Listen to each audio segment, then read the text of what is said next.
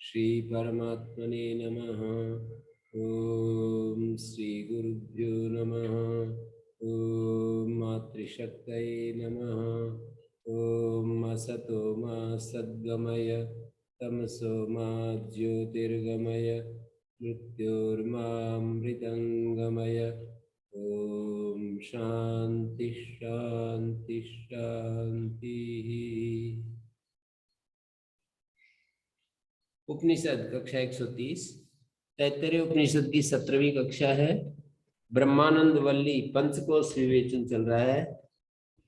छठा अनुवाक में ये कहा, इससे पहले 5वें अनुवाक के अंत में विज्ञान में तदप्य श्लोको भवति, आनंदमय कोश के बाद उसका वर्णन करते हुए कहा तदप्य श्लोको भवति। ये श्लोक इस अर्थ का प्रकाशक है जो आनंदमय कोश के लिए कहा कि उसका प्रियमेव शिरा मोद दक्षिणा पक्ष प्रमोद उत्तर पक्ष आनंद आत्मा ब्रह्मपुच्छम प्रतिष्ठा। यहाँ पर भाष्यकार ने लिखा है तस्य आनंदमय से आत्मना इष्ट पुत्रादि दर्शन जम प्रियम शिरयु शिर प्राधान्य। आनंदमय कोश का जो अपना इष्ट पुत्रादि दर्शन से उत्पन्न जो प्रिय है वो शिर के समान शिर है। मोदयति प्रिय लाभ निमित्तो हर्षा, प्रिय लाभ के निमित्त से जो हर्ष होता है वो मोद। सहज से प्रकृष्टो हर्षा प्रमोद, प्रकृष्ट हर्ष को प्रमोद कहा। आनंदायति सुख सामान्यम, और आनंद आत्मा जो सुख सामान्य है वो आत्मा प्रियादि नाम सुखावयवा नाम, सुख के जो अलग अलग अवयव बताए तेसु अनुस्यूतत्वात्, उन सब अवयवों में अनुस्यूत होने के कारण आनंद इति परम ब्रह्म सुखावयवा नाम तेषु, तेषु मनी सुखावयवेषु, सुख के जो अलग अलग प्रकार हैं उन सब में आनंद अनुस्यूत है। आनंद इति परम ब्रह्म तद्धि शुभ कर्मणा प्रत्युपस्थाप्य माने, शुभ कर्म के द्वारा वो आनंद जब स्थापित किया जाता है तो पुत्र मित्रादि विषय विशेष उपाधौ अंतःकरण वृत्ति विशेषे तमसा प्रच्छाद्यमाने प्रसन्ने अभिव्यज्यते। शुभ कर्म के द्वारा जब उसको उपस्थापित किया जाता है सुख को, तो पुत्र मित्र आदि विषय विशेष उपाधि में अंतःकरण वृत्ति विशेष है। पुत्र मित्र आदि विषय विशेष उपाधि वाले अंतःकरण वृत्ति विशेष में तमसा अप्रच्छाद्यमाने प्रसन्ने अभिव्यज्यते। अंधकार से जब वो हटा दिया जाता है, अंधेरा से दूर हो जाता है वो जो सुख है, तो वो अभिव्यक्त हो जाता है आनंद। तद विषय सुखम प्रसिद्धम लोगे, उसी को विषय सुख कहते हैं लोक में। विषय सुख क्या चीज है? विषय सुख यही है कि हमारा जो शुभ कर्म के द्वारा जब कोई हमारा इष्ट पुत्र मित्र आदि विषय विशेष, उस विषय विशेष रूप जो उपाधि है, उस उपाधि वाले अंतःकरण वृत्ति विशेष है। अंतःकरण का जो वृत्ति विशेष है,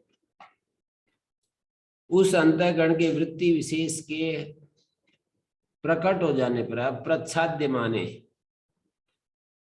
तमसा अप्रच्छाद्य माने, अंधकार के द्वारा जब वो अनावृत हो जाता है, तमस ढके हुए रहता है, और तमसा अप्रच्छाद्य माने वृत्ति विशेषे प्रसन्ने अभिव्यज्यते तद विषय सुखम, इसी को विषय सुख कहते हैं। तद वृत्ति विशेष प्रत्युपस्थापक कर्मणो, उस सुख वृत्ति विशेष के प्रत्युपस्थापक जो कर्म है, अनवस्थितत्वात् सुखस्य क्षणिकत्वम्, सुख भी क्षणिक माना जाता है, क्योंकि वो कर्म जिसके कारण से वो सुख हो रहा है वो अनवस्थित है, वो सतत होने वाली चीज नहीं है। वृत्ति विशेष प्रत्युपस्थापक से कर्मणा, वृत्ति विशेष के प्रत्युपस्थापक जो कर्म है उसके अनवस्थित होने से सुख को भी क्षणिक कह दिया। तद यदा अंतःकरणम तपसा तपोग्नेन, जब हमारा अंतःकरण तप के द्वारा, तपोग्नेन, तप तमोग्नेन, तपसा तमोग्नेन, अच्छा तपसा तमसा साध्य माने वृत्ति विशेषे, वृत्ति विशेषे तमसा तमसा प्रच्छाद्य माने पुत्र मित्र आदि विषय विशेषा उपाधया, उपाधि कारण है जिसके, ऐसे वृत्ति विशेष के तमसा अप्रच्छाद्य माने क्रोधादि वृत्ति वैलक्षण्य रूपम वृत्तेर विशेषम एवं तमसा अप्रच्छाद्य माने प्रसन्ने अभिव्यज्यते निवृत्तावरणम भवति। तो उस वृत्ति विशेष के उपस्थापक कर्म के अनवस्थित होने से सुख भी क्षणिक है। तद्यथा अंतःकरणम तपसा, हमारा अंतःकरण जब तप के द्वारा तमोघ्नेन विद्या, अंधकार को हटाने वाला जो ज्ञान है, विद्या है, ब्रह्मचर्य श्रद्धया, तीन बातें कही, चार बातें कही, तप के द्वारा, विद्या के द्वारा, ब्रह्मचर्य के द्वारा, विद्या के द्वारा, श्रद्धा के द्वारा, निर्मलत्वम आपद्यते यावत तावत तावत विविक्ते प्रसन्ने अंतःकरणे आनंद विशेषा उत्कृष्यते विपुलीभवति। ये आनंद विशेष विपुल होता चला जाता है जब अंतःकरण इन चार से युक्त हो जाता है, तप से युक्त हो जाता है। तपसा तमोघ्नेन, अंधकार का नाश करने वाला जो तप है उससे जब अंतःकरण युक्त होता है, विद्या से युक्त होता है, ब्रह्मचर्य से युक्त होता है, विषय विमुखता से युक्त होता है। ब्रह्मचर्य विषय विमुखता मानी ब्रह्म में विचरण करना, उसका वो पॉजिटिव अर्थ है। विषय विमुखता ये उसको निषेध की तरफ से कह दिया जाता है। तो अंतःकरण चार चीजों से जब युक्त हो जाता है, क्या क्या चार चीजें? अंधकार का नाश करने वाला जो तप है उससे युक्त होता है अंतःकरण, विद्या से ज्ञान से युक्त होता है अंतःकरण, ब्रह्मचर्य से युक्त होता है और श्रद्धा से युक्त होता है। विद्या से युक्त होने का मतलब, यहाँ जब उपनिषद पढ़ते समय विद्या की बात आती है तो उपनिषद विद्या, और उपनिषद विद्या का मतलब हमारा जो ज्ञान स्वरूप है उसको यहाँ पर उपनिषद विद्या शब्द से कह रहे हैं। मैं आत्मा हूँ, ये जो भाव विशेष है, मैं शुद्ध आत्मा हूँ, ये जो भाव विशेष है, इसको विद्या शब्द से, अहम ब्रह्मास्मि, कुल मिलाकर के मैं ब्रह्म स्वरूप हूँ, मैं ज्ञान स्वरूप हूँ, मैं आनंद स्वरूप हूँ, मैं सत्यम ज्ञानम अनंतम ब्रह्म, आनंदम ब्रह्म, आत्मा ब्रह्म, ये ही विद्या है। 5 शब्दों में हम विद्या को प्रस्तुत कर सकते हैं। उसको उसमें स्थित होना ये कठिन काम है। विद्या को समझना बुद्धि से ये तो सहज है कि सत्य, ज्ञान, अनंत, आनंद और आत्मा, ये विद्या का स्वरूप है। इस विद्या से, इस विद्या के सतत अभ्यास से, ब्रह्मचर्य से, श्रद्धा से निर्मल हो जाता है वो अंतःकरण। निर्मलत्वम आपद्यते यावत, जब तक वो निर्मलता को प्राप्त होता है, तावत तावत,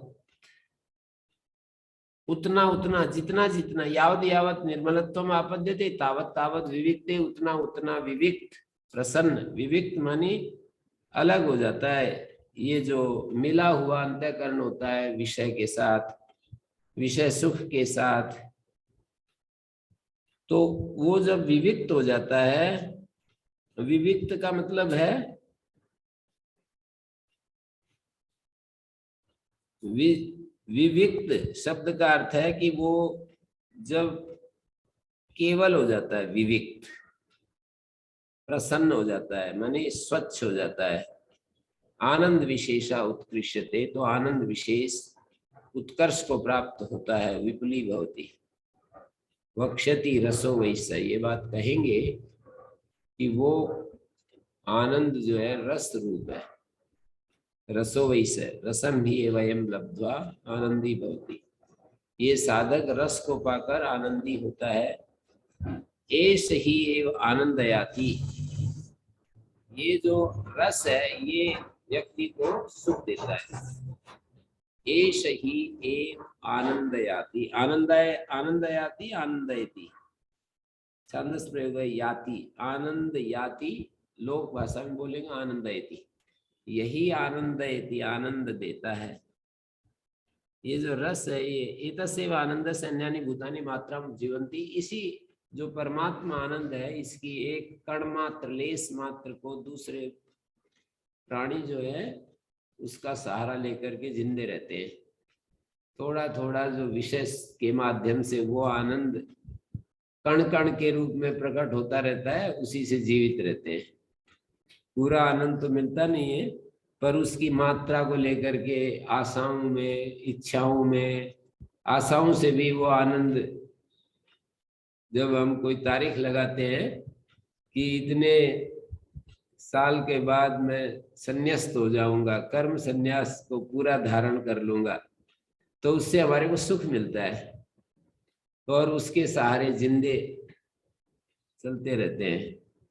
ऐसे ही कोई साधना, इतने दिन बाद मैं जंगल में चला जाऊंगा, ऐसे वो मनोराज्य से जो उसको सुख मिलता रहता है। कोई मकान, ये तो मनोराज्य से सुख लेने की बात हुई, ये मकान बन जाएगा तो बहुत बड़ा सुख आ जाएगा, ये गाड़ी मिल जाएगी तो सुख आ जाएगा, ये मेरे को लैपटॉप मिल जाएगा, ये महात्मा जी जैसे कह रहे हैं कि गुरु जी ने कहा है कि अपना आश्रम बना करके रहो, फिर भी महात्मा जी अपना वेट करते रहेंगे कि एक समय आएगा, एक आश्रम बनेगा, फिर हम सुखी हो जाएंगे। तो ऐसे ये तरह तरह की इच्छाओं के साथ जुड़ा हुआ हमारा मन है, वो सुख का इंतजार करता रहता है कि ये जब हो जाएगा तब सारी समस्याओं का समाधान हो जाएगा। ये एक व्यक्ति की, एक महात्मा जी की बात नहीं है, सारी दुनिया ऐसे ही चल रही है, सब ऐसे ही चल रहे हैं। तो वो महात्मा जी का तो उदाहरण इसलिए दिया कि महात्मा जी बनने के बाद भी वो जो पुराने अभ्यास हैं, वेट, इंतजार, तारीख लगाने के जो वो है, वो छूटते नहीं। और हम अपने तरीके से ही अपने को अलग अलग ढंग से अपने को रस देने की तरीके ढूंढते रहते हैं।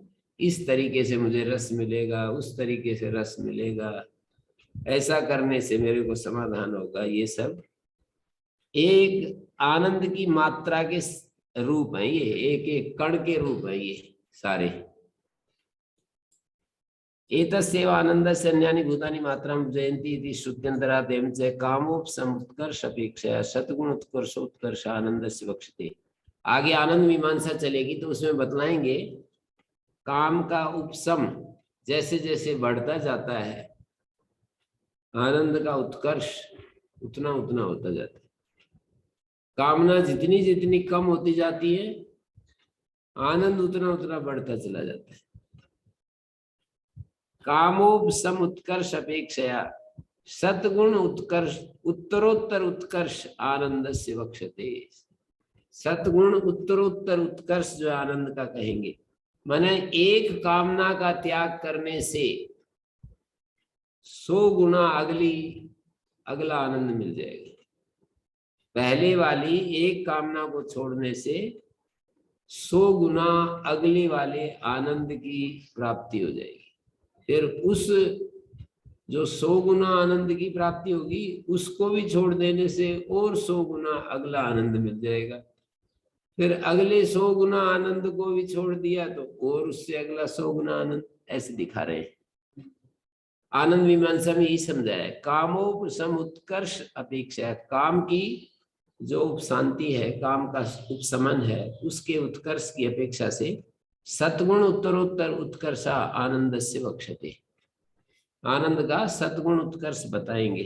मानी अनुपात क्या है, कामोपशम का मतलब है कामना की शुद्धि से वो अगला 100 गुना आनंद मिल जाता है। मानी आत्मा का जो आनंद है और एक विषय का आनंद है, आत्मा के आनंद की एक कण मात्रा को लेकर विषय, बड़े बड़े विषयों का जो सुख होता है वो कण मात्र होता है, आत्मा का आनंद तो सागर की तरह है, उसकी एक बूंद के समान विषय के इच्छा पूर्ति से जो सुख होता है, सुख तो होता ही है इच्छा पूर्ति से, ये तो प्रत्यक्ष इसको कौन मना करेगा। हमारी जो भी इच्छा पूर्ण होती है उससे हमें सुख मिलता है। पर ये इतना बड़ा वो है, आप देखिए थोड़ा सा, जैसे कि सारा संसार ऐसे ही है।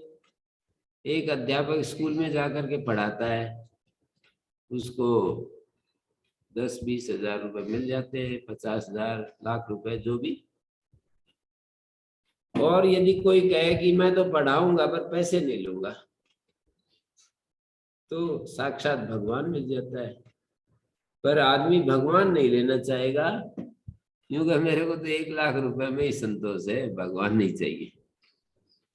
मतलब उसको विश्वास नहीं होता कि मेरे को यदि मैं ये सब नहीं लूंगा तो वो काम कैसे चलेगा। भगवान पर भरोसा इस तरह से बनता नहीं है। सभी की बात है ये, सारा एक तरफ से सारा संसार इसी तरह चल रहा है, सुनाने वाले भी इसी चक्कर में है, सुनने वाले भी इसी चक्कर में है, सबकी एक ही स्थिति है। कामनाओं से पीछे कोई दुनिया में मैंने तो देखा नहीं है अभी तक, मतलब एकादा को छोड़ करके, एकादे महापुरुष को छोड़ करके, बाकी दुनिया की बात कर रहा हूँ, एकादा तो होता ही है इस सारी धरती पर, लेकिन कामनाओं के राज्य में से गुजरना पड़ता है, सब गुजर रहे हैं। तो कामोपशम उत्कर्ष अपेक्षया सतगुण उत्तरोत्तर उत्कर्ष आनंद से एवं च उत्कृष्यमाण से आनंदमय से आत्मना परमार्थ ब्रह्म विज्ञान अपेक्षया ब्रह्म परम एव यत् प्रकृतम सत्यम ज्ञानम अनंतम लक्षणम यस्य च प्रतिपत्त्यर्थम पंचान्न आद 5 अन्नादिमया कोशा उपन्यास, उस सत्य ज्ञान अनंत लक्षण उसके बोध के लिए ही, उसको प्राप्त करने के लिए ये 5 कोशों का विवेचन यहाँ पर बीच में आ गया। माने उत्कृष्ट मानस आनंदमय से आत्मना, ये जो आनंदमय आत्मा है इसके उत्कर्षता, इसके उत्कर्ष होते होते आनंदमय जो आत्मा है, जैसे कि अन्नमय का उत्कर्ष होगा तो खूब सारा धन होगा, खूब सारा, मतलब अन्नमय का उत्कर्ष होने से क्या होगा, शरीर हृष्ट पुष्ट दिखेगा और मतलब सकल सूरत बढ़िया दिखेगी। प्राणमय के उत्कर्ष से क्या होगा, हमारा प्राण शक्ति मजबूत हो जाएगी, इंद्रियों की भोग शक्ति बढ़ जाएगी। और मनोमय के उत्कर्ष से क्या होगा, यदि मनोमय बाह्य जगत की तरफ, मनोमय कोश के 2 रूप है, एक तो अंतर्मुख हुआ मनोमय और एक बहिर्मुख हुआ। बहिर्मुख होता है तो मन हमारा एक प्रकार से संकल्प, इच्छाएं, संशय, कामनाएं, लज्जा, विचिकित्सा, संशय, संदेह, इन सारे रूपों से युक्त होता है। अंतर्मुख हो जाए मन, मनोमय यदि अंतर्मुख हो जाए तो ये फिर एक प्रकार से हमें निर्भयता की तरफ ले जाता है, क्योंकि मनोमय कोश में ही तो ये श्लोक दिया है कि यतो वाचो निवर्तन्ते अप्राप्य मनसा से, मन और वाणी के साथ यतो वाचो निवर्तन्ते, यत मानी जहां से हमारी वाणी लौट आती है, वाचो निवर्तन्ते मनसा से, मन के साथ हमारी वाणियां वापिस आ जाती है, पता नहीं चलता उसका ब्रह्म का। आनंदम ब्रह्मणो विद्वान, उस ब्रह्म के आनंद को जानने वाला न विभेति कुतश्चन, अंतर्मुख हो जाए तो फिर वो आनंद, ब्रह्म का आनंद पता लगेगा और फिर भय रहित हो जाएगा। बाहर जाकर के देखता है, इन यतो वाचो निवर्तन्ते, हमारी वाणी और हमारा मन बाहर ढूंढने के लिए गया, वापस लौट आया, पता नहीं चला, तो फिर अंदर गया, अंदर गया तो पता लग गया। आनंदम ब्रह्मणो विद्वान, ब्रह्म का आनंद का पता लग गया, निर्भय हो गया आदमी। फिर वो एकदम, संसार में ये कितनी बड़ी उपलब्धि है कि हमें कोई किसी से भय ना बचे। गीता में कहा, 12वें अध्याय में भी कहा है और भी जगह जगह कहा है कि भगवान का जो भक्त होता है, दो बातें देखने को मिलेंगी। एक तो उससे कोई डरेगा नहीं, और एक वो किसी से नहीं डरेगा। ये दो प्रतिक्रियाएं होंगी, वो भी निर्भय हो जाएगा, संसार भी उससे निर्भय हो जाएगा। स्वयं निर्भय, संसार निर्भय। न श्लोक है, उद्विजते लोकान, लोकान न उद्विजते चया, ऐसा है शब्द है। यस्मान नोद्विजते लोका, जिससे लोक उद्विग्न नहीं होता। यस्मान नोद्विज, जिससे कोई जीव उद्वेग को प्राप्त नहीं होता। लोकान नोद्विजते चया, और सारी दुनिया से भी जो उद्विग्न नहीं होता। सारी दुनिया भी फर्क क्या डालेगी उसके जीवन में, सारी प्रतिकूलताएं भी सामने आ जाए तो क्या उसके, ऐसे कितने उदाहरण हमारे सामने। स्वामी दयानंद जैसे लोग जो दुनिया में काम करने के लिए निकले हैं, दुनिया को समझाने के लिए निकले हैं, पर दुनिया कहती है कि तुम अपनी समझ को अपने पास रखो, उसको उल्टा ही मारने के लिए तैयार हो जाते हैं। लेकिन हो जाए, उनका प्रेम इतना बढ़ा हुआ होता है, माँ की तरह। जैसे बच्चा रोए वापस, कभी कभी तो माँ के स्तन को काट लेता है, कभी क्या क्या करता है, बच्चे भी खूब वो करते हैं, तमाशा करते हैं ना। कभी कभी रोते हैं, बिलखते हैं और सब कुछ करते हैं, पर माँ का धैर्य तो कभी नहीं टूटता। ऐसा कोई देखा नहीं है कि माँ के प्रेम में कमी आ जाए। बच्चा कितना भी प्रतिकूल करे, कितना भी बीमार हो जाए, कितना भी उसका वो हो जाए, कुछ भी। कभी कभी ना बच्चे बहुत बीमार हो जाते हैं, बहुत ज्यादा। मैं तो मतलब एक दिन भी ऐसे बच्चों को नहीं रख सकता, मैं तो साथ नहीं रह सकता उनके, एक दिन के लिए भी। और कितना प्रेम, उनके माताओं में प्रेम की कमी नहीं आती कभी भी। अच्छे गुरुओं का धैर्य की उपमा दी जाती है कि अच्छे गुरुजन होते हैं, उनका धैर्य नहीं टूटता और माता का प्रेम नहीं टूटता, प्रेम भंग नहीं होता। मतलब दिमाग में परेशानी, वो गुस्सा नहीं आता है कि ये कब इससे पीछा छूटेगा। ये स्थिति कभी आती नहीं है माँ की। तो ये बताना चाह रहा हूं, यहाँ पर लिखा है कि उत्कृष्यमाणस्य आनंदमयस्य आत्मना, ये जो आनंदमय आत्मा है, मनोमय कोश के बाद विज्ञानमय कोश आता है, उसके बाद आनंदमय कोश आता है। इन पांचों कोशों के परिणाम भी हमें ध्यान देने पड़ेंगे। विज्ञानमय कोश के क्या फल हैं, आनंदमय कोश के क्या फल हैं, और उधर मनोमय कोश के पुष्ट होने के क्या फल हैं, प्राणमय कोश के पुष्ट होने से क्या होता है, अन्नमय कोश के पुष्ट होने से क्या होता है, और फिर इनमें जो आत्म भाव है उसके त्याग करने से क्या फल होते हैं। जैसे ये कोश है, इन कोशों के पुष्ट होने से हमें एक एक चीज मिलती है।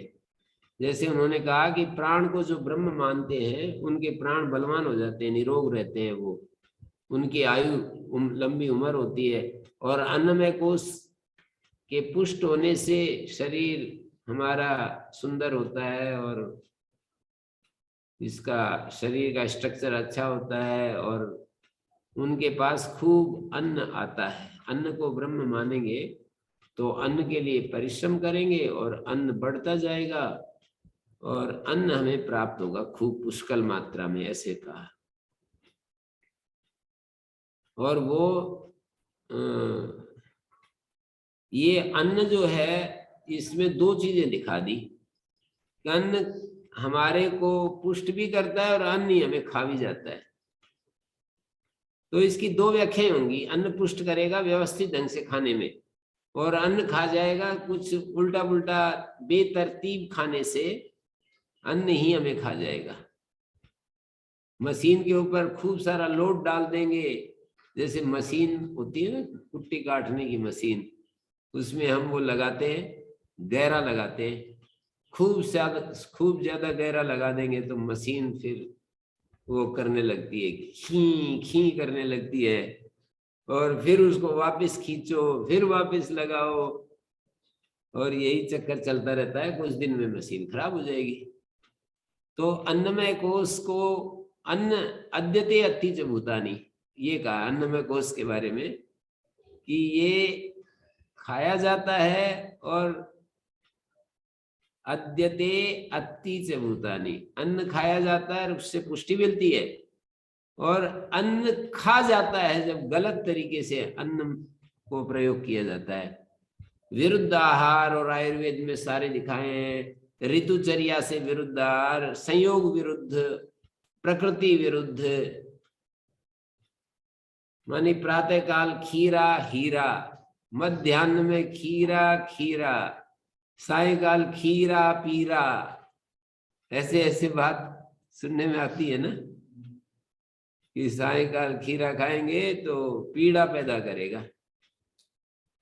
तो ये सब अन्नमय कोश को ठीक ठाक चलाने की बातें हैं, अन्नमय कोश को सही व्यवस्थित करने की चीजें हैं। ये तो मैंने एक खीरे की बात वैसे बताई है उपलक्षण के रूप में, उदाहरण के रूप में, और भी बहुत सारी बातें हैं कि दूध और ये खट्टी चीजें मिला करके नहीं खानी चाहिए, और जैसे कुछ चीजें ऐसी होती है संयोग विरुद्ध हो जाती है, जैसे बराबर मात्रा में शहद और घी होता है वो संयोग विरुद्ध है। जैसे मधु को गर्म पानी में, उबलते हुए पानी में या दूध में डाल दिया, मतलब किसी को पता ना हो तो डाल ही देगा, क्या दिक्कत है। दूध खूब ऊपर से निकाला, नीचे उतारा, गर्म था, खूब गर्म गर्म गर्म दूध में बोला इसमें शहद भी मिला दे भाई, उसमें गर्म गर्म में बिना दिया, जहर बना दिया। तो ये सब अन्नमय कोश की एक व्यवस्था है, आयुर्वेद उसका पूरा विधि विधान बताता है, उसके अनुसार चलने से अन्नमय कोश हमको पुष्टि देता है, नहीं तो हमें खा जाता है। गलत तरीके से खाने से, मात्रा में अधिक खाने से, हित भुक मित भुक रित भुक, इन नियमों का पालन न करने से अन्नमय कोश ही खाने वाले को खा जाता है। जैसे गाय का दूध भी मात्रा में कभी कभी ज्यादा हम पी लेते हैं, तो इतना पी ले, खूब सारा पी ले, नींद नहीं आएगी, ये खाना ही तो हो गया। गाय तो अमृत, गाय का दूध अमृत है, पर यदि कोई व्यक्ति खूब खा ले अन्न, खूब दूध का ऊपर तक खूब दूध भर भर करके पी ले, प्रयोग करके देख लीजिए, नींद नहीं आएगी उस व्यक्ति को, क्योंकि मतलब अमृत को विष बना दिया, सत्व गुण को तमोगुण में बदल दिया हमने, मात्रा विरुद्ध करके। मात्रा अधिक ले ली तो जो सत्व गुण था वो तमोगुण में बदल गया।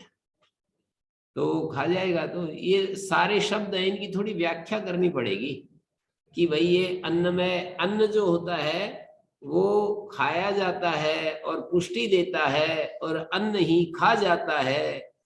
तो एक व्याख्या तो ये है कि खा कैसे जाता है, ये खा जाता है, उसकी अव्यवस्था पूर्वक यदि खाएंगे तो खा जाएगा। दूसरा एक ये भी कहेंगे कि वो अन्न का स्वभाव है कि एक सीमा तक पुष्टि देता है, बाद में हमारी मशीन जब वृद्ध हो जाती है, बूढ़ी हो जाती है, तो फिर कितना ही कुछ भी खाओ, फिर क्या उसका शरीर जो है ना एक्सेप्ट नहीं करता। और एक प्रकार से खाते खाते ये अन्न, खाते खाते अन्न बिल्कुल शक्ति देने में इतना कमजोर पड़ जाता है कि हमको शक्ति मिलती ही नहीं, खाएंगे शक्ति नहीं मिलेगी। मानी पूरा नियम पूर्वक भी खाते रहेंगे तो एक बिंदु तो ऐसा आएगा ना, 100 साल लगा लो, 150 साल लगा लो, 200 साल, 300 साल, एक बिंदु तो ऐसा आना है। महाभारत में तो 300 साल की उम्र होती थी, पर अब आजकल जो है यूं समझ लो कि 100 वर्ष में ही सारा काम खेल खत्म हो जाता है।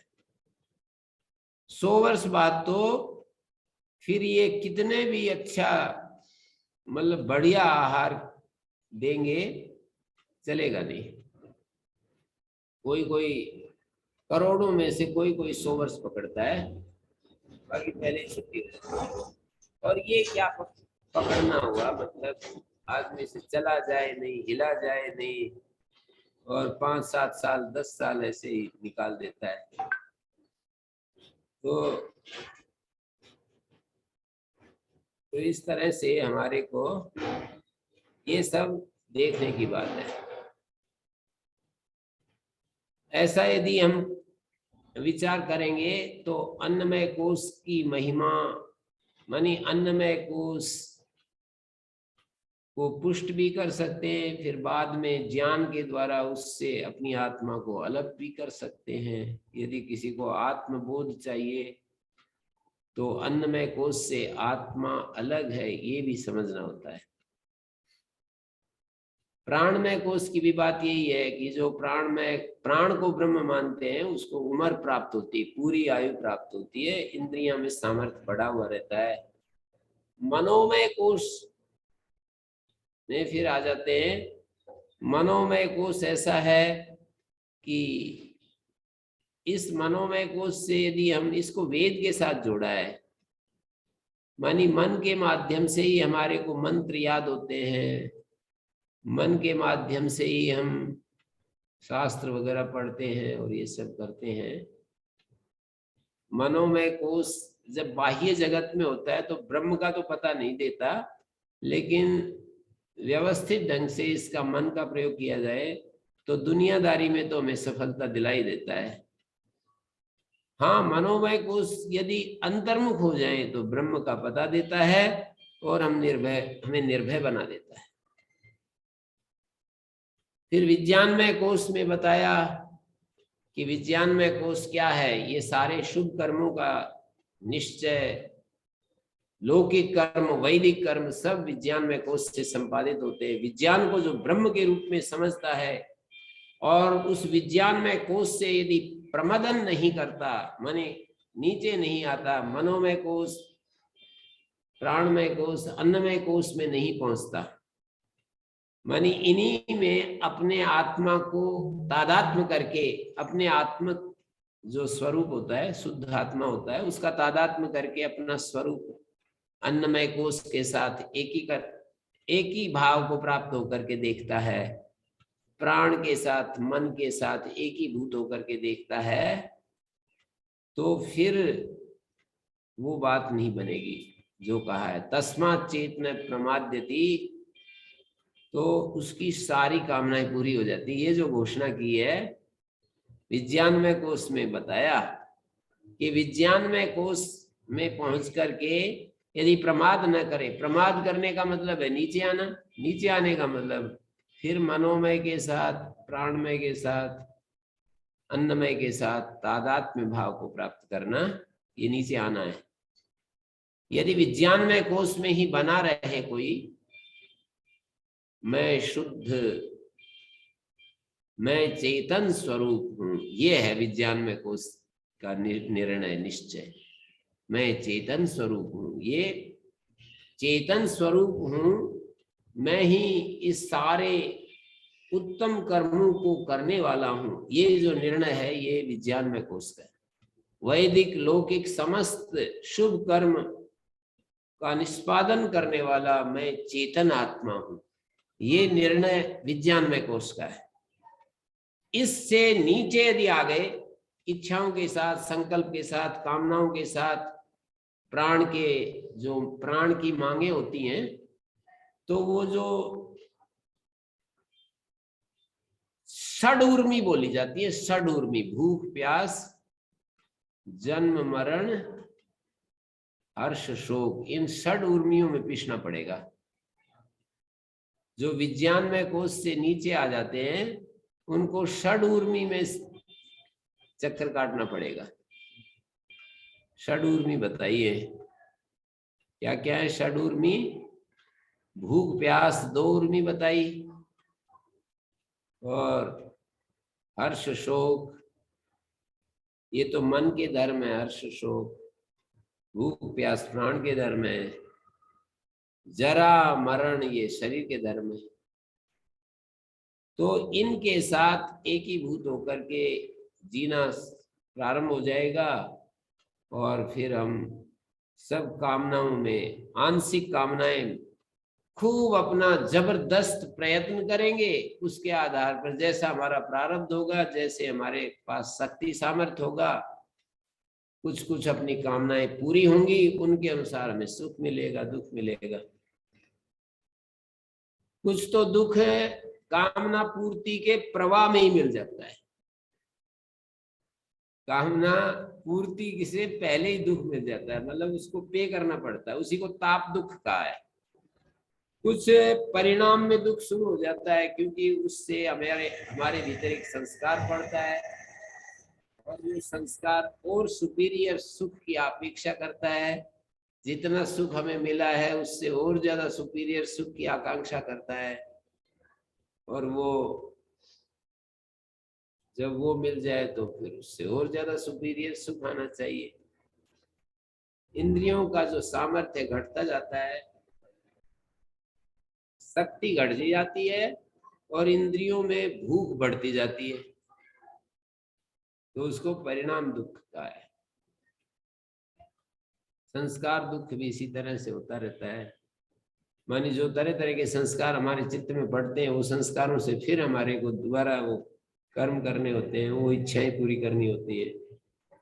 गुण वृत्ति विरोध भी इसी तरह से होता है। गुणों में जो वृत्ति विरोध है, एक समय सात्विक स्थिति होती है, एक समय राजसिक, एक समय तामसिक। उन गुणों की जो वृत्तियां होती हैं उनमें विरोध रहता है, सामान्य और विशेष का विरोध रहता है। सामान्य और सामान्य का विरोध, वहां पर एक रूपातिशया वृत्त्यतिशयास्त वृत्ति रूपातिशया वृत्त्यतिशया परस्परेण विरुद्धन्ते सामान्यानि तो अतिशयी सह प्रवर्तन्ते, ऐसा वाक्य आता है। जो सामान्य होते हैं वो तो विशेष के साथ रह जाते हैं। जैसे सत्वगुण सामान्य है, रजोगुण विशेष है, तो सत्वगुण सामान्य भी रजोगुण के साथ चलता रहेगा। तमोगुण सामान्य है, रजोगुण विशेष है, चलता रहेगा। तमोगुण विशेष है, रजोगुण या सत्वगुण सामान्य है, तो उसके साथ चलता रहेगा। पर दोनों वृत्तियां जब अपनी क्लाइमैक्स पर होती हैं तो उनकी टक्कर होती है। सत्व भी यदि चरम सीमा पर आना चाहे और रजोगुण भी चरम सीमा पर, तो उन दोनों की टक्कर होगी, जो बलवान होगा वो जीत जाएगा। ऐसे ही रजोगुण तमोगुण में भी टक्कर। कभी कभी बहुत आलस्य आता है, आदमी को नींद आती है, रजोगुण कहता है कि नहीं मैं तो अभी मेरे को काम करना है, मेरे को ये कार्य पड़ा है, वो कार्य पड़ा है। तमोगुण कहता है सो जा। उन आपस में उनकी टक्कर होती है, थोड़ी देर संघर्ष चलता है। उस टक्कर में कोई तो पहले ही घुटना टेक देता है, कोई थोड़ी देर टक्कर करके और फिर उसको जीत लेता है, निद्रा को जीत कर कहता है मेरे को ये काम करना है। फिर आपने देखा होगा कुछ देर तो खूब परेशानी होती है, लेकिन एक सीमा के बाद फिर नींद गायब हो जाती है, फिर आदमी लगा रहता है। फिर काफी देर बाद दोबारा फिर तमोगुण का रोल जो है, तमोगुण का रोल फिर आता है वापस। फिर उस समय कोई चाय पीता है, कोई शराब पीता है, फिर उसको वो कर लेता है कि नहीं अभी नहीं सोना, अभी तो बहुत सारा काम पड़ा है। फिर ऐसे करते करते चलता रहता है। तो ये आपस में गुण वृत्ति विरोध। और कभी कभी जो चीजें राजसिक अवस्था में प्रिय लगती है, सात्विक अवस्था में उनकी स्मृति भी हमें बहुत दुखद लगती है। जैसे राजसिक अवस्था में कुछ चीजें हमारे को मन में आ गई, फिर सात्विक स्थिति आ गई, सात्विक स्थिति आते ही और वो राजसिक स्थितियां पेनफुल हो जाती है। अरे तू क्या सोचता रहा, किसी से लड़ाई झगड़ा, कभी कभी उसके साथ संघर्ष हो जाता है, फिर वो कहता है क्या इनके साथ उलझना। तो इस तरह से गुण वृत्ति विरोध, गुणों के वृत्ति में विरोध होता है। सत्व रजस तमस की जो वृत्तियां हैं, सत्व की वृत्ति अलग है, रजस की वृत्ति अलग है, तमस की वृत्ति अलग है, उसमें विरोध चलता है, उससे भी दुख होता है। तो ये सारा दुख जो है इच्छाओं की अपूर्ति से होता है, और इच्छाओं के बढ़ने से होता है, और इच्छाओं के बाधक कारण उपस्थित होने से होता है, और इच्छाओं की पूर्ति करते समय जो एक अग्नि में से गुजरना पड़ता है वो भी दुख का कारण बन जाता है। तो हमारे को इन कोशों के बारे में पूरा विवेचन इस तरह से करना पड़ेगा, कोशों को समझने के लिए, कि कोशों का इस दुनिया में जीवित रहने के लिए कोशों को अच्छा से यदि व्यवस्थित ढंग से कोशों का उपयोग लिया जाए तो ये कोश हमारे जीवन के लिए, पर इस काम के लिए ये उपनिषद नहीं बताना चाहती है। इसका मुख्य प्रयोजन तो वही है कि कोशों से अलग आत्मा को समझा जाए, कोशों को अलग से, कोश से अलग होकर के आत्मा के शुद्धतम रूप को समझा जाए, ये कोश विवेचन का यहाँ पर सारा उपक्रम है। तो आनंदमय कोश की चर्चा चल रही थी। उत्कृष्यमाणस्य आनंदमयस्य आत्मना परमार्थ ब्रह्म विज्ञान अपेक्षा, परमार्थ ब्रह्म विज्ञान की अपेक्षा से ब्रह्म परम एव यत् प्रकृतम, ब्रह्म जो पर है, जिसकी चर्चा चली आ रही है, सत्यम ज्ञानम अनंतम ब्रह्म, जिसकी प्रतिपत्ति के लिए 5 अन्नमयादि कोश बीच में आए, यच्च तेभ्यो अभ्यंतरम, और जो ब्रह्म परम ब्रह्म है, सत्य ज्ञान अनंत लक्षण है, उनसे जो भीतर है, येन चैते सर्वे आत्मवंता, और जिस आत्मा से, शुद्ध आत्मा से ये सारे आत्मवान हो रहे हैं। अन्न में भी आत्मवान है, प्राण में भी आत्मवान है, सारे के सारे उसी के कारण से वे आत्मवान हो रहे हैं। वो ब्रह्म जो है पुच्छ है, आधार है, पुच्छ मानी आधार है, प्रतिष्ठा है।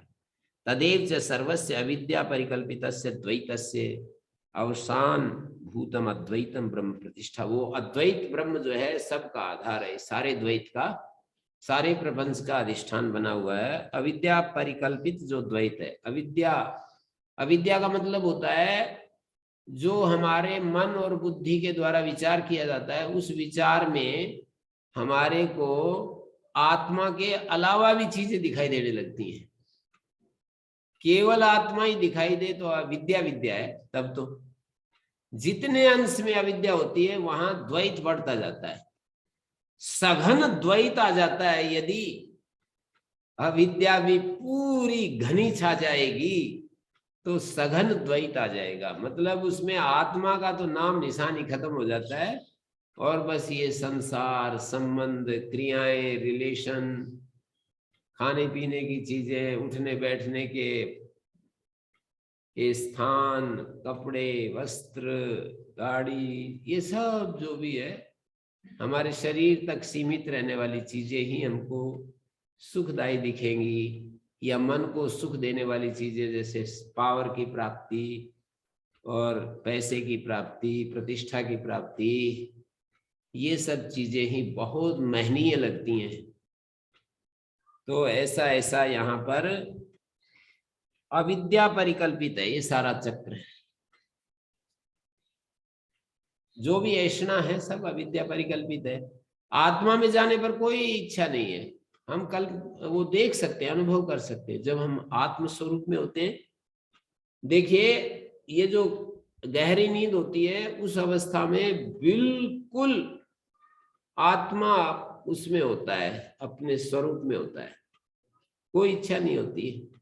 बस वो उसको अपने स्वरूप का बोध इसलिए नहीं होता है कि बादल घने छा जाते हैं चारों तरफ।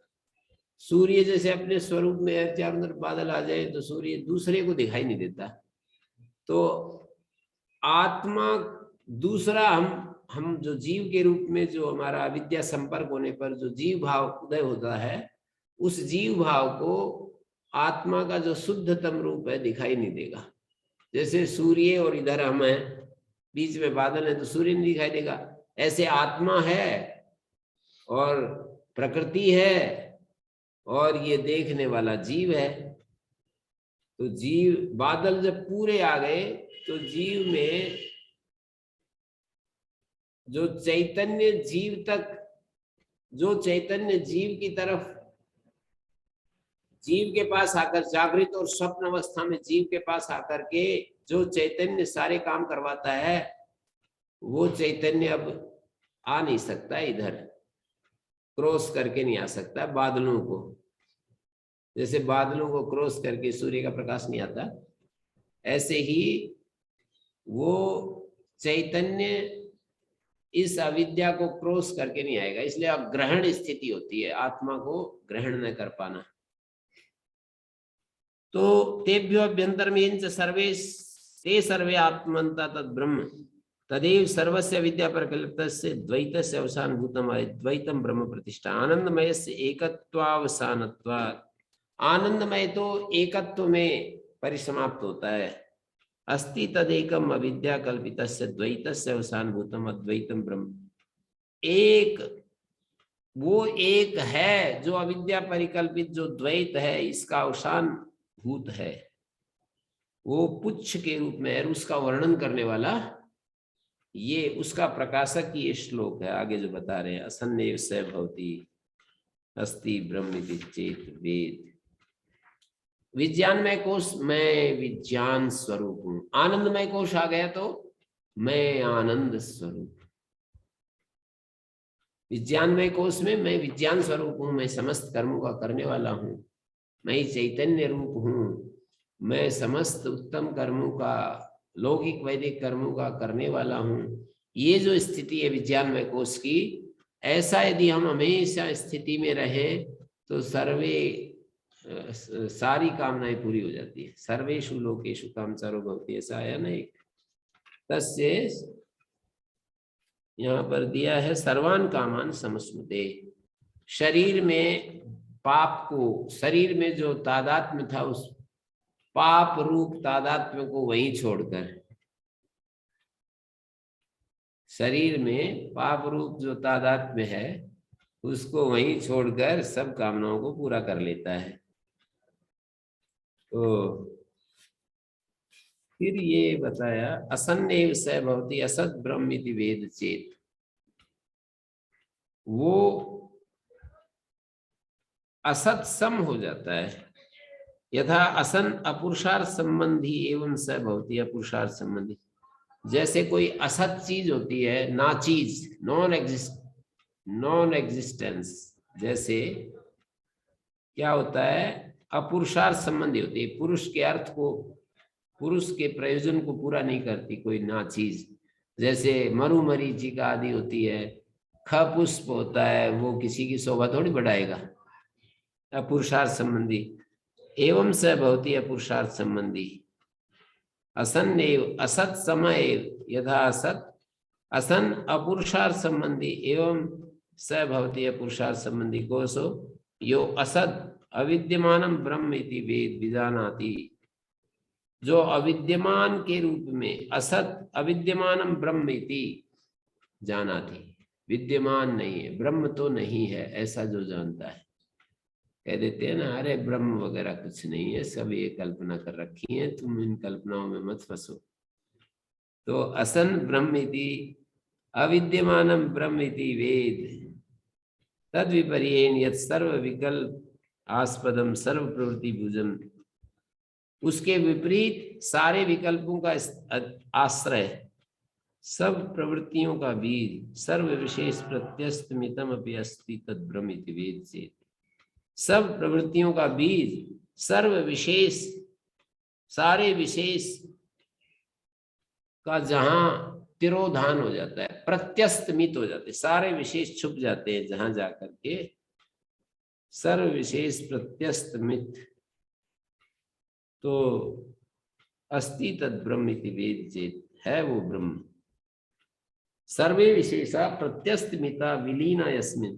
सारे विशेष प्रत्यस्तमित शब्द का अर्थ होता है विलीन हो जाते हैं जिसमें। ऐसे उस ब्रह्म को जो जानता है, निर्विशेष ब्रह्म को जो जानता है, सारे विशेष जिसमें छुप जाते हैं जाकर के, तो क्या होता है, तब ये कहा प्रत्यस्तमितम सर्व विशेष प्रत्यस्तमिति, समस्त पद है, बहुब्री है, सर्वे विशेषा प्रत्यस्तमिता विलीना यस्मिन्। ऐसा ब्रह्म है, ऐसा जो जानता है, कुतः पुनराशंका तन्नास्तित्वे।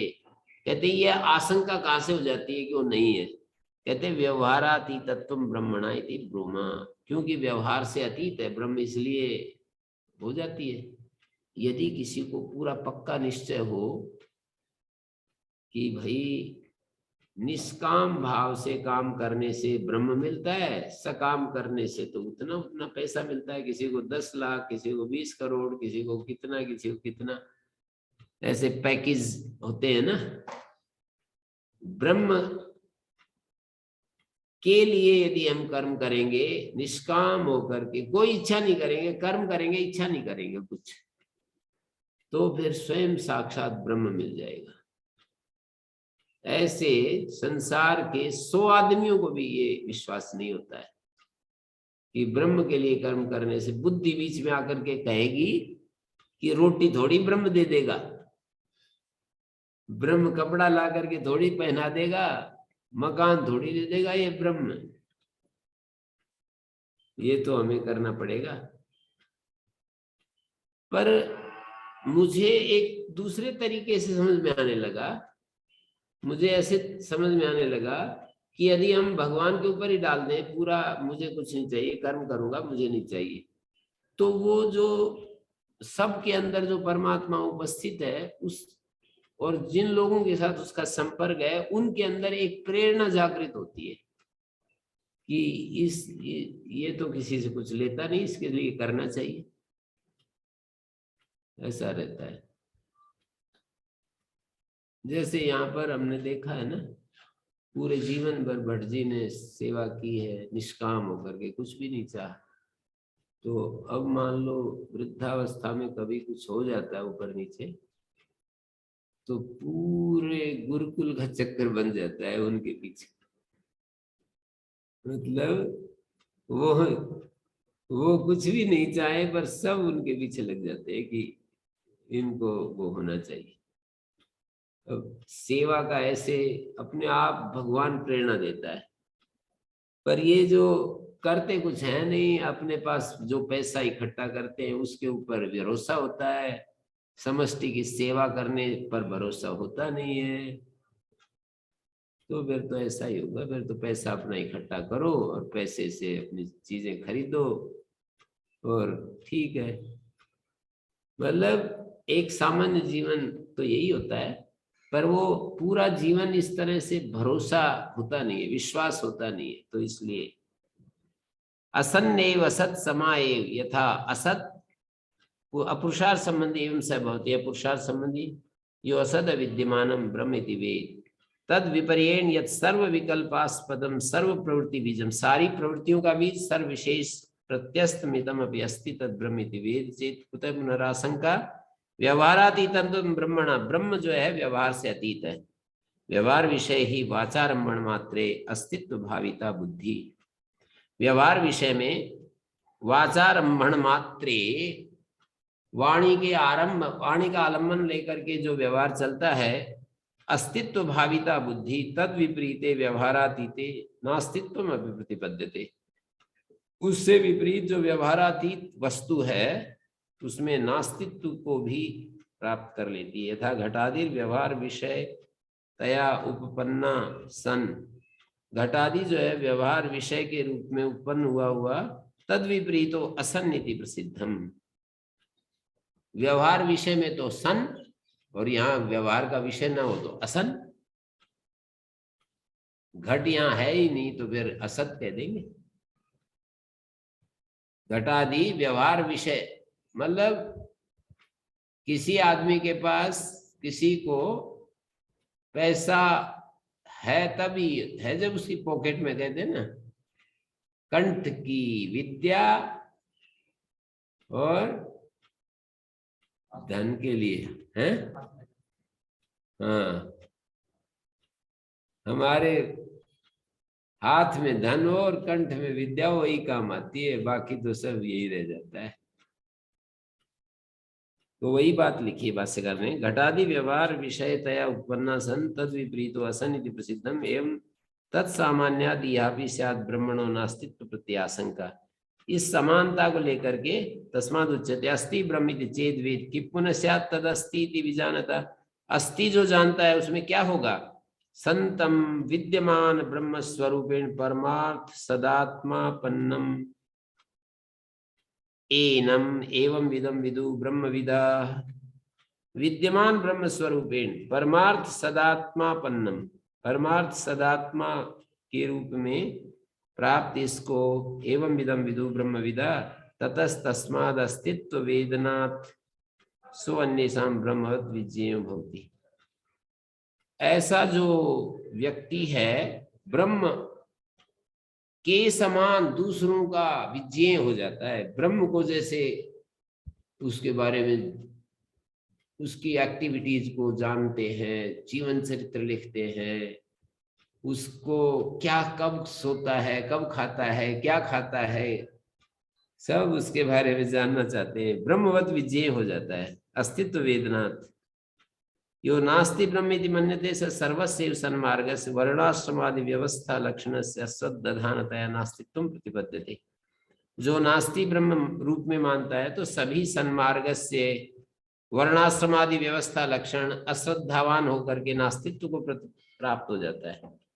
और ब्रह्म प्रतिपत्त्यर्थत्वात् तस्य, वो जो सन्मार्ग है वो तो ब्रह्म प्रतिपत्ति के लिए होता है। तो नास्तिका सो असन् असाधुरुच्यते लोके, जो नास्तिक है वो असत असाधु कहा जाता है।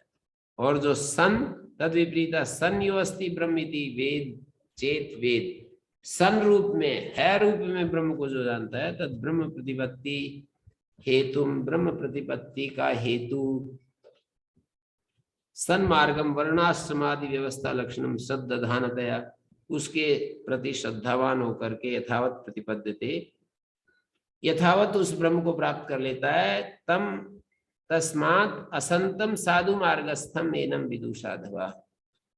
तस्मात् ततः तस माने संतम साधु मार्गस्थम एनम विदु, ये जो ब्रह्म मार्ग पर चल रहा है इसको सन्मार्गस्थ है ऐसा कहते हैं। अस्ति ते ब्रह्म प्रतिपत्तव्य वाक्य, अस्ति इस रूप में ब्रह्म को जानना चाहिए, है ब्रह्म। हाँ जी शेखर जी। जी गुरु जी। जी है आपका कोई प्रश्न? हमने काफी इन्हीं बातों को खुलासा कर रहे हैं दृढ़ता के लिए, पुनः पुनः उन्हीं चर्चाओं को कर रहे हैं। पंचकोशों के बारे में हम चाहते हैं कि बहुत अच्छे से समझ में आ जाए।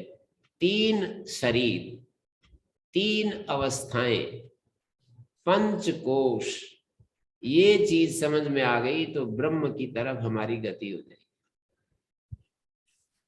क्योंकि इन सब से अतीत है ब्रह्म, तीनों शरीरों से अतीत है, तीनों अवस्थाओं से, जागृत स्वप्न सुषुप्ति से अतीत है, पंच कोशों से अतीत है। ये तीन शरीर, तीन अवस्थाएं और पंच कोश क्यों बताया जा रहा है? आत्मा को समझाने के लिए बताया जा रहा है, ऐसा समझिए। दुनियादारी के लिए यदि इनका प्रयोग करोगे तो इनको ठीक रखो, आयुर्वेद के नियमों का पालन करो और धर्म का पालन करो, और सुख, दुनिया में सुख भी मिलता रहेगा, बीच बीच में थोड़ा थोड़ा दुख भी आता रहेगा और सुख भी मिलता रहेगा। जहां जहां थोड़ी भूल होगी वहां वहां दुख भी आता रहेगा, और बाकी जो है सुख, यदि शास्त्र के साथ जुड़े रहेंगे तो सुख भी मिलता रहेगा। अब धर्म का रास्ता किसी को चाहिए तो ये है, मोक्ष मार्ग है, तो इन सब से अतीत आत्मा को समझो, और धर्म पर चलना है तो आत्मा को ऐसा समझने की जरूरत नहीं है, फिर तो सही सही करने की जरूरत है। सही सही करने से सही फल मिलता है, और कर्तव्य पालन और एक सेवा, दो चीजें होती है। सेवा तो बहुत दूर की चीज है, कर्तव्य पालन तक भी व्यक्ति पहुंच जाए, जैसे कि आदमी 20,000 रुपए लेकर के 20,000 का काम कर दे, इसको कहते हैं कर्तव्य पालन। माता पिता बच्चों के लिए उसको पढ़ाते लिखाते योग्य बनाते, इसको कहते हैं कर्तव्य पालन। और भाई मैं तो भगवान के लिए करूंगा, मुझे कुछ लेना देना नहीं है किसी से, इसको कहते हैं सेवा। तो सेवा तो बहुत बहुत दूर की चीज है, कर्तव्य पालन से सुख मिलता है, सेवा से चित्त शुद्ध होता है और भगवान मिलता है। कर्तव्य पालन से पैसे मिलेंगे, प्रतिष्ठा मिलेगी, इज्जत मिलेगी, वस्तुएं मिलेंगी, सुख मिलेगा। सेवा से चित्त शुद्ध होगा और भगवान का ज्ञान अवतरित होने के लिए पृष्ठभूमि तैयार होगी। ठीक है शेखर जी, समझ में? गुरु जी, उर्मिला जी प्रश्न पूछ रहे हैं, बहुत सुंदर चल रहा है गुरु जी। हाँ उर्मिला जी, प्रणाम गुरु जी। जी गुरु जी, एक प्रश्न मेरे मन में कई बार आता रहता है कि जो ब्रह्म है ये पंचकोशों से भिन्न है, पर ब्रह्म देखता भी है, सुनता भी है, तो फिर माना कि वो अलौकिक है, ये पदार्थ लौकिक है, तो जहाँ पे ये गंदगी होती है या हमारे शरीर में अशुद्धि है या कहीं भी अशुद्धि है, तो वो ब्रह्म को दिखती तो होगी और दिखेगी, ज्ञानवान है तो ज्ञान भी होगा, तो जैसे उसको परेशानी नहीं होगी, उसको क्यों नहीं होती है? मतलब वो रोक देता है, क्या करता है उसको? नहीं, ब्रह्म तो क्या देखना, हमारी ब्रह्म हमारे आंख के माध्यम से, ऐसे कहते हैं ना, यत् चक्षुषा न पश्यति न चक्षुंसि पश्यति।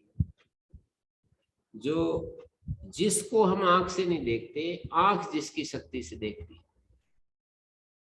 यन मनसा न मनुते, जो जिसको, यहाँ यत यत जो शब्द है वो द्वितीयांत है, कर्म पद है। यत चक्षुषा न पश्यति, लोक है, पश्यति क्रिया करता है लोक। जिसको संसार आंख से नहीं देखता, येन चक्षुंसि पश्यति, येन माने जिसकी शक्ति से चक्षु वृत्तियों को, आंख से जो वृत्तियां पैदा होती है ना वस्तुओं के साथ संबद्ध होकर के, तो ये जो समस्या आई है कि ब्रह्म को ये दुर्गंध आदि क्या नहीं सताती, तो ब्रह्म तो निर्लेप है, आकाश को कहाँ सताती है ये दुर्गंध?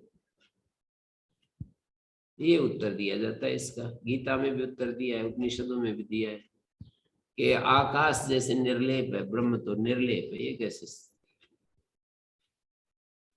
सूर्य की किरणें किसी सुगंधित स्थान, यज्ञ हो रहा है वहां पर भी पड़े, और शमशान भूमि जहां मुर्दा जल रहा है वहां पर भी सूर्य की किरणें तो एक जैसी रहेंगी, ऐसा ऐसा बोला जाता है। सूर्य किरणें, आकाश, इनका उदाहरण दिया जाता है। इनमें जैसे कोई फर्क नहीं होता है, ऐसे ही ब्रह्म पर कोई असर नहीं होता है इन सब चीजों का। गुरुजी जैसे वो तो ज्ञान से जो है ना, ज्ञान से परेशानी नहीं होती है, उसमें जो आसक्ति होती है, जी आसक्ति के कारण से कष्ट होता है। ब्रह्म तो अनासक्त है किसी चीज गुरुजी को। जी वो रामायण में एक जगह आता है कि हनुमान जी जो है ना, रावण के उसमें चले गए जहाँ ऐसे ही महिलाएं पड़ी हुई थी इधर उधर, पैर और ऐसे ही, कोई निर्वस्त्र है, कोई कुछ है, ऐसे ऐसे। बोले अरे तू कहाँ आ गया ब्रह्मचारी। तो फिर उन्होंने कहा कि वहां पर रामायण में कहा है कि मन ही इन सब का कारण होता है, और मैं तो बिल्कुल निर्विकार अवस्था में यहाँ पर इन सब चीजों को देख रहा हूं, मेरे को कैसे ये दोष लगेगा। हैं? ऐसा यदि स्थिति हो किसी की तो कैसे दोष लगेगा। तो हम भी पूर्ण स्वस्थ होकर के ना किसी चीज को देखें पूर्ण तटस्थ एकदम साक्षी रूप में, तो कैसे हमारे को परेशानी, हमें नहीं होती है कुछ भी। हमें लाग लपेट हो जाता है कुछ, ये गंदा, ये शुभ और अशुभ, ये टाइटल ही खत्म है वहां। तो पाप और पुण्य ये टाइटल ही खत्म है ना। शुभ और अशुभ, गंदगी और स्वच्छता, ये टाइटल ही खत्म है। गुरुजी ऐसा कह सकते हैं कि ईश्वर के लिए तो ये परमाणु ही होते हैं, जो भी गंदगी है कुछ भी है तो वो परमाणु दिखते हैं, उसको गंदगी नहीं दिखती, मतलब परमाणु ही है उसके लिए। अब आप जैसे भी समझ पाए वैसे ही ठीक है, पर वो ब्रह्म तो निर्लेप है, ईश्वर तो निर्लेप है कुल मिलाकर। जी निर्लेप शब्द आता है ना,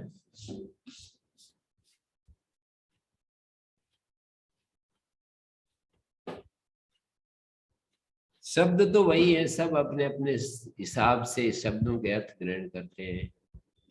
ब्रह्मा कुमारी वाले इसीलिए ब्रह्म को इसमें गंदगी में नहीं मानते कि उनको इसमें जो है ना, इस सारी कचपच से अलग है ब्रह्म, ऐसा मानते हैं, दूर है कहीं। मतलब वो निर्लेपता उसको इस गंदी चीजों में नहीं, अच्छी अच्छी चीजों में है ब्रह्म। हमारे मन की भी यदि पूर्ण सात्विक स्थिति है तब है ऐसा, वो अपने आप को समझाते हैं जैसा उनका दर्शन उनको मिला है उसके अनुसार। पर यहाँ तो सर्वव्यापक ही मानते हैं, पर फिर भी उसको उदाहरण से यही समझाते हैं कि ब्रह्म जो है सुखी दुखी नहीं होता, पाप पुण्य में विचलित नहीं होता, क्योंकि पाप पुण्य हो तो विचलित हो, उसके लिए पाप पुण्य है ही नहीं। आत्मा के स्तर पर पाप पुण्य नहीं है, वो तो मन बुद्धि के स्तर पर आते हैं तभी पाप पुण्य अपना काम शुरू करते हैं।